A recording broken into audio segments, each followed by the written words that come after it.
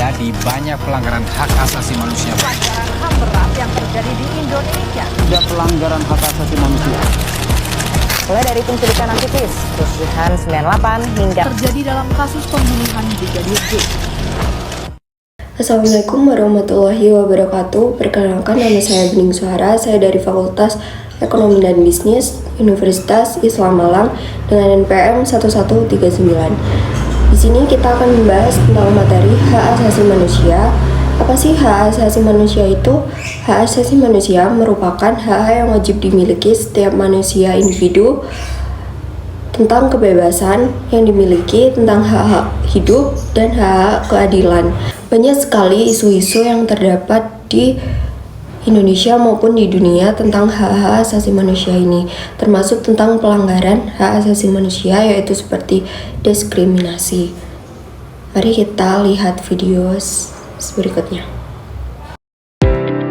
Hak asasi manusia.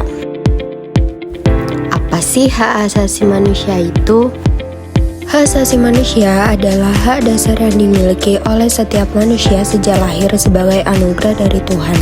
Hak ini bersifat universal, melekat, tidak dapat dicabut, dan tidak dapat dibagi tanpa memandang ras, agama, kebangsaan, jenis kelamin, atau status sosial. Selanjutnya, ada ciri-ciri HAM, yaitu 1. Universal. Hak asasi manusia berlaku untuk semua orang di seluruh dunia tanpa pengecualian. Yang kedua, adanya melekat pada setiap individu. HAM dimiliki sejak lahir dan tidak tergantung pada status agama, ras, atau kebangsaan. Yang ketiga, ada tidak dapat dicabut, yaitu hak asasi tidak bisa dihapus atau dicabut oleh siapapun, bahkan oleh pemerintahan. Yang keempat, tidak dapat dibagi. Semua hak asasi sama pentingnya dan saling berkaitan, tidak bisa dipisah-pisahkan. Yang kelima, bersifat tetap dan abadi. HAM tidak bisa berubah dalam seiringnya waktu. Yang berikutnya ada dasar hukum HAM di Indonesia seperti nomor 1, Undang-Undang 1945 pasal 28A sampai dengan 28J yang bersifat tentang setiap orang wajib menghormati HAM orang lain dan serta hidup dengan kehidupannya. Sedangkan nomor 2, Undang-Undang nomor 39 tahun 1999 menegaskan bahwa HAM bersifat universal dan tidak dapat dikurangi. Sedangkan nomor 3, Undang-Undang nomor 26 tahun 2000 menegaskan bahwa genosida dan kejahatan harus dipemberantaskan. Selanjutnya ada dari contoh dari hak asasi manusia, yaitu yang pertama hak untuk hidup, yang kedua hak atas kebebasan beragama, yang ketiga ada hak atas pendidikan. Selanjutnya mari kita melihat cuplikan berikut.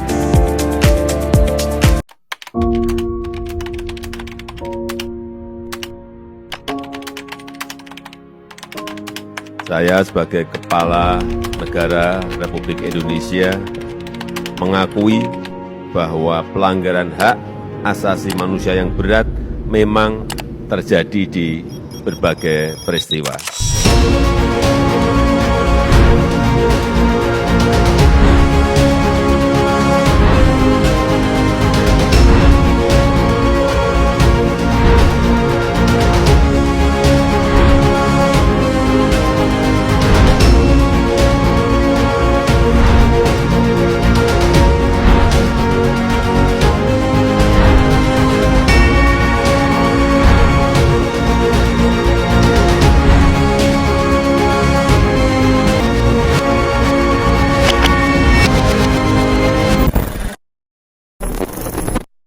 Halo teman-teman, di sini kita akan membahas tentang kenapa kejahatan di Indonesia belum bisa terselesaikan hingga saat ini. Karena menurut saya terdapat 3 poin dan 3 faktor utama kejahatan HAM tidak pernah terselesaikan dan hingga secara berulang hingga saat ini. Bahkan masa depan penuntasan pelanggaran berat HAM yang ada di masa lalu, ada belasan korban hingga keluarga korban saat ini tentang menanti keadilan yang ada di dalam negara ini. Dan kebenaran oleh negara itu sama sekali tidak ada kebenaran dan keadilan dan pertanggungjawaban. Kenapa negara tidak mau belajar, tidak mau bertanggung jawab atas apa yang sudah dilakukan selama ini dan sudah menjadi kewajiban sebagai pemangku kewajiban HAM? 1. Itu adanya tembok impunitas Yang kedua itu adalah kekerasan struktural, dan yang ketiga itu adanya peran yang sangat besar yang melibatkan oligarki serta juga militer yang mulai dari Soeharto, terus kemudian Presiden 1965 sampai dengan 1998 dengan rentan 17 kasus yang mulai pelanggaran berat HAM, dan para pelaku hingga sampai saat ini belum terjerat hingga keseret di pengadilan. Untuk pelaku tidak diadili sebagaimana yang seharusnya, bahkan sampai 3 kasus yang kemudian berhasil masuk dalam kasus pelanggaran berat HAM ke pengadilan. Akhirnya para pelakunya semua melanggang bebas, dan have to know kalau misalkan dari mereka sampai hari ini mendapatkan privilege dari negara yang bisa melanggar bebas dan mendapatkan jabatan di kekuasaan pemerintahan, seperti penghapusan penculikan, pembungkaman, penghilangan secara paksa berlalu begitu saja. Sebagai contohnya Simposium 1965 DUI pada 2016 menjadi salah satu bukti nyata bahwa negara hanya kemudian melakukan sebuah seremoni saja tanpa adanya bukti nyawa yang nyata, bahwa ia akan tetap bertanggung jawab terhadap berbagai macam kasus pelanggaran berat HAM yang ada di masa lalu, apalagi kasus pelanggaran HAM yang hingga sampai saat ini masih terus berlanjut. Maka wajar pelanggaran HAM atau kejahatan HAM di negara kita ini masih terus langsung berlanjut. Korban dibiarkan menganga dan dengan rasa trauma dan lain sebagainya. Para pelaku hingga sampai saat ini sedang mendapatkan privilege untuk menikmati kekuasaan. 2. Kekerasan struktural etnis, yaitu politik sampai dengan kekerasan seksual. 3 poin ini menjadi senjata negara untuk tidak hanya membungkam warga yang kritis bersuara atau berhak atas keadilan yang mereka rasakan di tanah mereka saat ini, tapi juga menjadi ancaman secara brutal membenarkan kekerasan sejarah pajang pembantaian terhadap etnis Tionghoa dari mulai 1740-19 hingga 65-19 dengan 1998 menjadi bukti bahwa realisme merupakan kekerasan senjata untuk kekerasan yang dipelihara oleh negara. Begitu pula dengan politik stigmatisasi, lawan politik kemudian menjadi senjata bagi negara untuk membenarkan brutalisme. Ya, yang kita tahu bagaimana kemudian peristiwa pembantaian pada 1965 hingga hari ini yang kamu lihat dalam kelompok-kelompok tertentu dengan label segala macam. Begitu juga dengan kekerasan seksual yang kemudian dijadikan sebagai senjata negara untuk melakukan teror ancaman dan juga intimidasi sebagai warga negara. Ya, sebagaimana salah satunya kita bisa lihat kemudian kekerasan seksual yang terjadi pada perempuan etnis Tionghoa yang terjadi pada tahun 1998, begitu pula terjadi di Papua dan masih banyak di daerah lain. Misalkan kita ngomongin tentang bagaimana kemudian peran besar atau dominan dari para oligarki dan juga para militer sejak era kolonial sampai dengan Orde Baru bahkan hingga sampai saat ini. Sebuah fenomena bahwa militer bukan hanya merupakan sebuah alat untuk negara menjadi kedaulatan negara or something like that, tapi mereka digunakan sebagai pengendali terhadap sosial ekonomi dan juga politik negara kita yang kemudian melahirkan kekerasan yang terjadi sebagaimana yang terjadi pada contohnya di Orde Baru. Juga beberapa terjadi pada saat ini yang terkait dengan pengawalan proyek pembangunan dalam bidang ekonomi or something like that, tidak hanya di Papua tapi juga banyak daerah-daerah lain yang kemudian memakan banyak korban jiwa dari kekerasan yang dihasilkan oleh keikutsertaan militer terhadap warga yang kemudian menyampaikan aspirasi atau memperjuangkan hak-hak mereka untuk mendapatkan ke depan yang layak. Contohnya dari eksploitasi sumber daya yang ada di Papua sebagai yaitu contohnya Freeport sebagai tambang besar sampai dengan penguasaan perkebunan yang ada di berbagai macam daerah negara kita yang kemudian melibatkan oligarki dan juga militer. Kita bisa tahu ada fenomena apa saja yang terjadi. Mirisnya demi kepentingan mereka, kekerasan tetap dipelihara dan terus saja merajalela.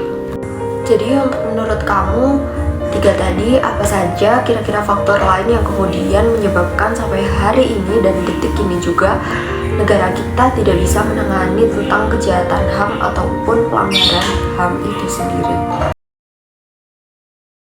Kasus kekerasan seksual Maraknya kasus kekerasan seksual, dan pelecehan seksual di kampus.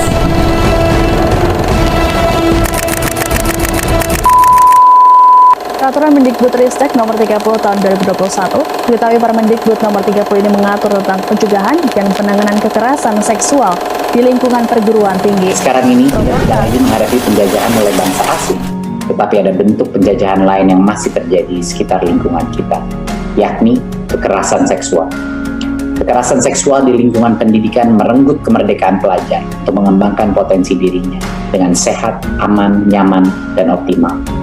Keinginan yang kuat untuk memerdekakan semua peserta didik di Indonesia menggerakkan kami untuk mengesahkan Permendikbudristek tentang pencegahan dan penanganan kekerasan seksual di lingkungan perguruan tinggi. Peraturan ini kami keluarkan sebagai pedoman bagi perguruan tinggi untuk membentuk satuan tugas pencegahan dan penanganan kasus kekerasan seksual di dalam kampus dan menentukan sanksi bagi pelaku kekerasan seksual di lingkungan perguruan tinggi. Akhir kata, saya meminta agar kita semua bergerak serentak, menghapus segala bentuk kekerasan di lingkungan perguruan tinggi, terutama kekerasan seksual. Mari bersama kita wujudkan kampus merdeka yang benar-benar merdeka. Terima kasih. Wassalamualaikum warahmatullahi wabarakatuh. Om Shanti Shanti Shanti Om. Namo Buddhaya. Indonesia punya banyak kasus HAM berat yang masih menggantung. Kira-kira apa aja ya?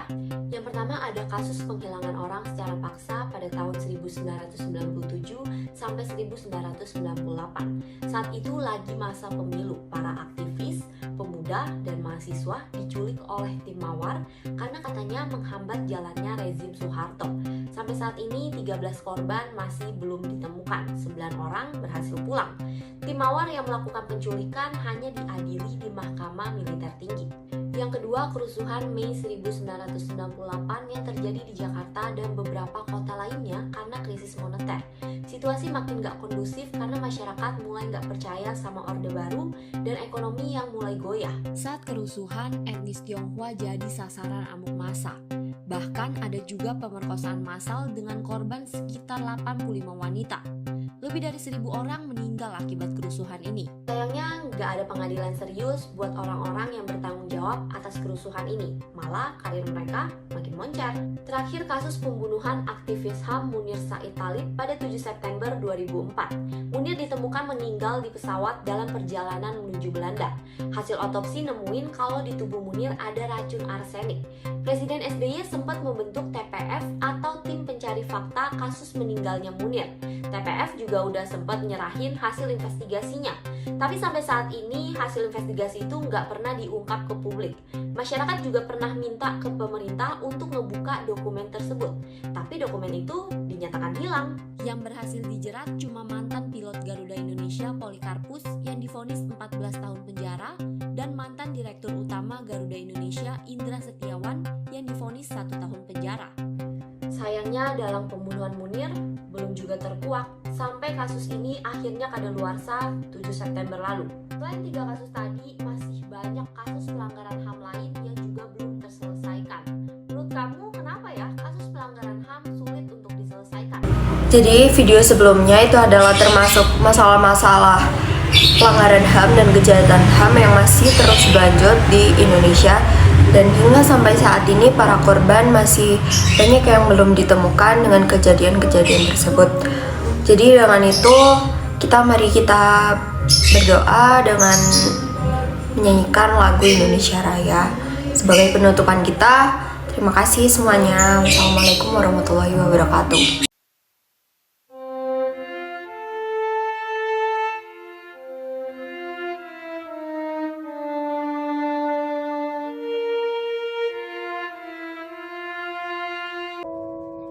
Indonesia tanah air beta pusaka abadi nan jaya.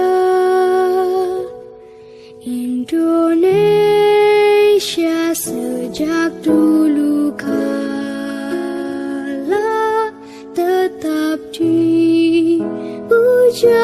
puja bangsa. Di sana tempat lahir beta, dibuai, dibesarkan bunda, tempat berlindung di hari tua.